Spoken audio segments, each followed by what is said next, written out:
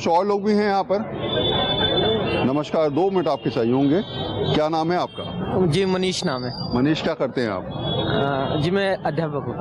अध्यापक हैं। आजकल इलेक्शन का माहौल चल रहा है जी। और कल ये बातें निकल के आई बीजेपी की तरफ से भी, कांग्रेस की तरफ से भी। हालांकि बीजेपी ने इस बात को रखा कि जो लोग बेरोजगार हैं उनको 8,500 रुपये महीना दिया जाएगा बेरोजगारी भत्ता, और इसके अलावा 2,500 रुपये महिलाओं को देने की बात अरविंद केजरीवाल ने 2,100 रुपये देने की बात करी है। ये फ्री का जो मामला चल रहा है दिल्ली की सियासत में, इसे आप कैसे देखते हैं? आप खुद अध्यापक हैं, आप बताइए।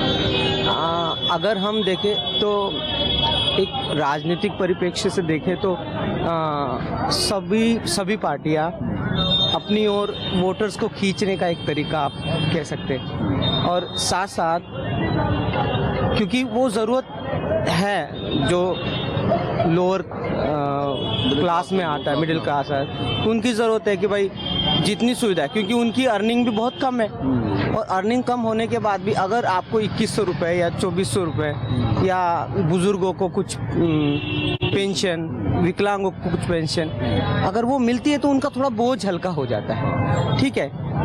और ऐसा नहीं कि सिर्फ इंडिया में यही चलता है, तो कई और भी किसी और देश में भी ये सब चीज़ें चलते हैं। तो मैंने अभी रिसेंटली कहीं पढ़ा था कि एजुकेशन कॉलेज तक फ्री मिलता है स्टूडेंट्स को। तो फ्री का मसला ना होके एक सरकार की जो जिम्मेदारी है जो लोअर क्लास के लिए, वो यहाँ तक ठीक हो सकती है। अगर मुझे मान लीजिए मुझे पेंशन मिल रही है 5,000 रुपये और मैं जॉब नहीं करता हूँ या मुझे जॉब नहीं है मेरे पास, तो कहीं ना कहीं मेरे परिवार को चलाने के लिए वो सरकारी भत्ता मेरे काम आएगा। अगर रोज़गार के मुद्दे को लेके बात करें तो एक बड़ा मुद्दा बन जाता है कि अभी तक इतने साल हो गए हमें ठीक से रोज़गार लोगों को नहीं मिल पा रहा, तो कहीं ना कहीं ये चीज़ें निकल के आती हैं। तो बेरोजगारी भत्ता आपको लगता है कि शायद थोड़ी बहुत तो राहत मिलेगी? अगर मैं एज अ फिजिकली हैंडीकैप में देखूँ तो जो मुझे पेंशन मिलती है, पहले मुझे 1,000 रुपये मिलती थी, फिर 1,500 हुई, है ना, अब 2,500 है, और अभी बात निकल के आई थी कि 5,000 रुपये विकलांगों के लिए किया जाएगा।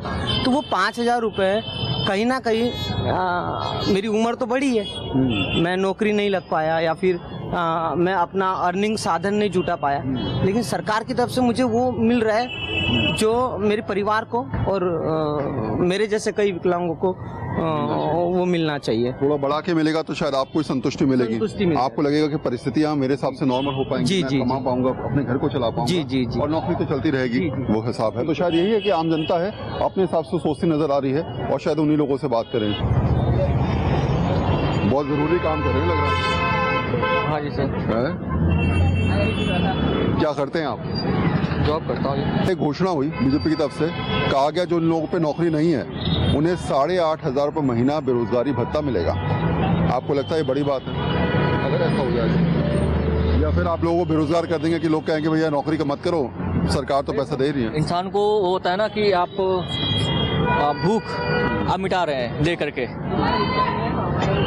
आप किसी को पैसे ऐसे ही देंगे ना तो उसकी भूख मिट जाएगी। खाने को तो मिल रहा है, फिर मेहनत क्यों करें, काम क्यों करें? अगर फ्री का अनाज मिल जाएगा। हाँ, आप उनको भूख बढ़ाइए ना, आप काम दीजिए, आप एम्प्लॉयमेंट बढ़ाइए ना। आप उसकी बात कीजिए कि हम नौकरी देने वाले हैं, हम ये करने वाले हैं, हम डेवलपमेंट करने वाले हैं। आप पैसे दे के आप उनकी भूख मिटा रहे हैं, मतलब काम करने की। कहाँ रहते हैं सर? बलजीत नगर तो पास में ही है। फ्री बिजली, फ्री पानी, तमाम सुविधाएं मिल रही हैं? बिजली तो मिल रही है, फ्री पानी भी फ्री मिल रहा है। हाँ। क्या लग रहा है इस बार इलेक्शन में कौन जीत रहा है, कौन हार रहा है? क्या दिमाग में लग रहा है? केजरीवाल, बीजेपी, किसका दिमाग में लग रहा है? इस बार तो कांटे की टक्कर लग रही है। अच्छा। दोनों के बीच में। हाँ, दोनों के बीच में कांटे की टक्कर होगी। अच्छा। बताइए, कह नहीं सकते कौन जीतेगा? ना, अभी कुछ नहीं कर सकते। इस बार के हालात ऐसे हैं। हाँ, इस बार के हालात ऐसे ही। क्या लग रहा है इस बार इलेक्शन में किसका मुकाबला कड़ा है? बीजेपी वर्सेस आम आदमी पार्टी? तो दोनों का बराबर लग रहा है, टक्कर बराबर है दोनों की। योजनाएं तो बहुत सारी योजनाएं शुरू हो गई हैं। आम आदमी पार्टी ने 21 रुपये महिलाओं को देने की बात करी, छात्रों के लिए व्यवस्था कर दी। बीजेपी ने कहा कि बेरोजगारी भत्ता, जिन पर रोजगार नहीं है, 8,500 रुपये महीना देंगे।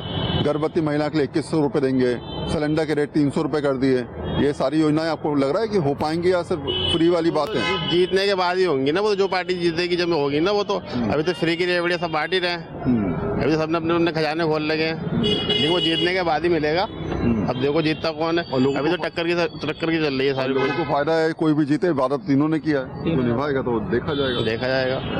क्या करते हैं सर? जॉब करता हूँ सर। जॉब करते हैं। Yes sir. बेरोजगारी भत्ता देने की बात की जा रही है, 8,500 रुपये महीना, हाँ। जिन पे रोजगार नहीं है। क्या मानते हैं कि इससे फायदा मिलेगा अगर रोजगार नहीं होगा? मेरा कहना ये है, बेरोजगारी भत्ता नहीं देना चाहिए, इनको जॉब देना चाहिए, और इसके अलावा कोई भी चीज़ें फ्री नहीं होनी चाहिए। बस शिक्षा और स्वास्थ्य फ्री होनी चाहिए। शिक्षा चाहे जितना आप पढ़ो, बीटेक करो, डॉक्टर बनो या कुछ भी बनो, वो फ्री होनी चाहिए। स्वास्थ्य 1 रुपए से लेके 1 करोड़ तक का इलाज फ्री होना चाहिए। इसके अलावा ना तो बिजली फ्री होनी चाहिए, ना तो कुछ होनी चाहिए। बिजली फ्री कर देंगे, इनकम का स्रोत क्या रहेगा आपके पास? आपको अच्छी रोडें बनानी है तो कहाँ से पैसा लाओगे जब सब आप फ्री कर दोगे? इसलिए मेरा कहने का मतलब ये है, कुछ भी फ्री नहीं होनी चाहिए। तो लेकिन अब तो तीनों राजनीतिक दल, चाहे आम आदमी पार्टी, बीजेपी, कांग्रेस, तीनों की तीनों फ्री की बात कर रहे क्या हैं। है, वो वोट बैंक बन गया है, हाँ, कि एक पॉलिटिकल टूल हो गया है। और इस मेरे से अच्छा मेरे भाई बताएगा। पॉलिटिकल टूल है जो हर पार्टी यूज कर रही है पब्लिक को माइंड वॉश करने के लिए। एक तरीके का आप मान के चलो कि ये कॉमन पीपल के साथ माइंड गेम खेला जा रहा है एक तरीके का। अदरवाइज इन टूल्स का कोई यूज नहीं है। अगर केजरीवाल देता भी है, मान लो कोई भी चीज़ वो फ्री देता है, फ्री इलेक्ट्रिसिटी देता है, फ्री बसेस देता है, फ्री मेट्रो देता है, कुछ भी देता है, तो स्टेट की जो फंड्स हैं उन पर बर्डन नहीं पड़ेगा। लेकिन अब तो केजरीवाल की बात ही नहीं बची ना। अब तो बीजेपी भी, कांग्रेस भी एक कदम आगे बढ़कर, अगर एक कदम बीजेपी अगर इन फ्री चीजों के थ्रू हाँ। पॉलिटिकल पार्टी अपनी पावर एस्टेब्लिश करना चाहती है, तो as a political strategist BJP ठीक ही कर रही है केजरीवाल को बीट करने के लिए। और थोड़ा सा रिलीजियस पॉइंट ऑफ व्यू भी है हमारा बीजेपी आनी चाहिए दिल्ली में इस बार। आपको क्या लगता है सर, क्या हालात लग रहे हैं? कौन जीत रहा है, कौन? बदलाव है, बदलाव लग रहा है। बीजेपी, कांग्रेस? बीजेपी। अच्छा, बीजेपी ने तो खूब सारे वादे करे हैं इस बार। वादे तो उसकी मजबूरी है, मोदी जी की मजबूरी है। अगर नहीं देंगे, अगर वो केजरीवाल जी फ्री दे रहे, अगर मोदी जी नहीं बोलेंगे तो पार्टी का होगा क्या? मजबूरी है। अरे सब ये फ्री का लॉलीपॉप है, कुछ नहीं है। इलेक्शन के बाद कोई किसी को पूछेगा नहीं, बस यही है अभी है जो है, बाकी कोई किसी को पूछेगा नहीं। आज नेता आपके पैर छू रहे हैं, कल को आप नेताओं के पैर छूओगे जीतने के बाद।